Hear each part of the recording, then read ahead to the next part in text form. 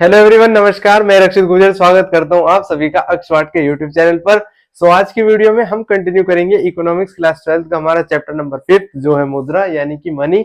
इससे पिछले वाली वीडियोस में हमने मुद्रा की पूर्ति को समझा था, मुद्रा के जितने रूप होते हैं, आदेश मुद्रा, न्यास मुद्रा, उसको समझा था। वो आपको वीडियोस मिल जाएंगी अक्षवाट के यूट्यूब चैनल पर।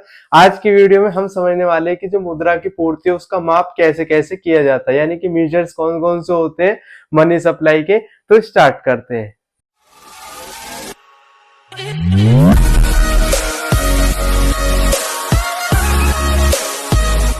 सबसे पहले इसमें जो मेजर्स है मनी सप्लाई के वो M1, M2, M3, M4 ये 4 मेजर्स होते हैं। इनकी मदद से ही मुद्रा की पूर्ति को मापा जाता है। लेकिन हमारे सिलेबस में क्लास 12 में सिर्फ M1 को ही मान्यता दी गई है, यानी कि सिर्फ हमें अभी पढ़ना है M1 को ही। तो मुद्रा की पूर्ति का जो M1 माप है उसको हम देखेंगे। M1 माप के अनुसार मुद्रा की पूर्ति में निम्नलिखित शामिल होते हैं, यानी कि जब भी हम मुद्रा की पूर्ति को मापते हैं किस तरीके से, M1 तरीके से, तो उसमें क्या क्या चीजों को शामिल किया जाता है। एक तो जनता के पास जो करेंसी है उसको शामिल करेंगे, मांग जमाएं जो भी होती है उसको शामिल किया जाता है, और रिजर्व बैंक के पास जो अन्य जमाएं होती है उसको इसमें शामिल किया जाता है। तो मुद्रा की पूर्ति को मापने के लिए जब भी हम M1 तरीके का इस्तेमाल करेंगे तो उसमें तीनों चीजों को शामिल किया जाएगा। जनता के पास जो करेंसी है उसको, जो मांग जमाएं होती है उसको, रिजर्व बैंक के पास जो अन्य जमाएं होती है उसको शामिल किया जाता है। अब इन तीनों को जब हम विस्तार से समझेंगे, यहाँ पर जनता के पास जो करेंसी होती है इसको C से डिनोट किया जाता है। इससे अभिप्राय जनता के पास जो भी करेंसी है, जितने भी नोट होते हैं, जितने भी सिक्के होते हैं, उसको शामिल किया जाता है। तो ये होती है मुद्रा की पूर्ति को जब हम मापेंगे तो M1 तरीके में जनता के पास जो करेंसी, वो पहला तरीका हो गया।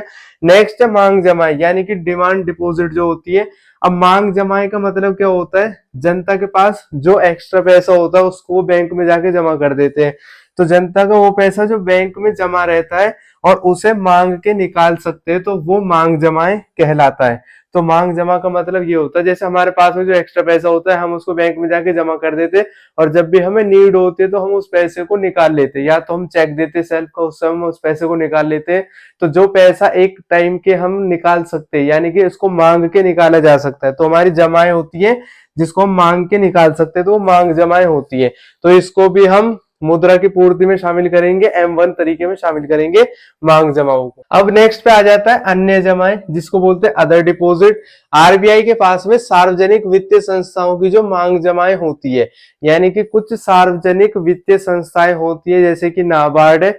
अब वो क्या होती है, जो उनकी मांग जमाएं आरबीआई के पास है उसको हम इसमें शामिल करेंगे।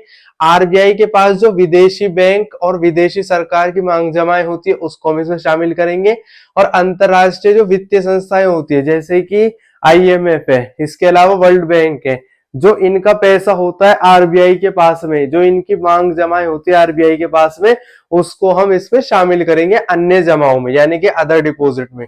तो ये बात आपको याद रखनी है कि आरबीआई के पास जो सार्वजनिक वित्तीय संस्थाएं होती है उनकी मांग जमाएं, जो बाहर के देश की सरकारों की या बाहर की जो अंतरराष्ट्रीय वित्तीय संस्थाएं होती है उनकी, और जो विदेशी बैंक होते हैं उनकी जो मांग जमाएं होती है उसको हम इसमें शामिल करेंगे।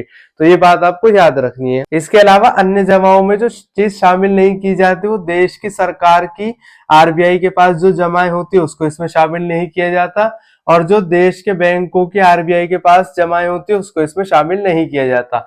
यानी कि जैसे हमारे देश में जो गवर्नमेंट होती है उसकी जो मांग जमाएं आरबीआई के पास है उसको हम ओडी में इंक्लूड नहीं करेंगे। इसके अलावा जो देश के कमर्शियल बैंक्स होते हैं, यानी कि जो वाणिज्यिक बैंक होते हैं, उनकी जो मांग जमाएं आरबीआई के पास होती है उसको भी हम ओडी में शामिल नहीं करेंगे। तो इनको हम अन्य जमाओं में शामिल नहीं करेंगे। किसको? जो देश की सरकार का पैसा आरबीआई के पास है। इसके अलावा जो देश के बैंकों का पैसा आरबीआई के पास है इसको हम ओडी में शामिल नहीं करेंगे।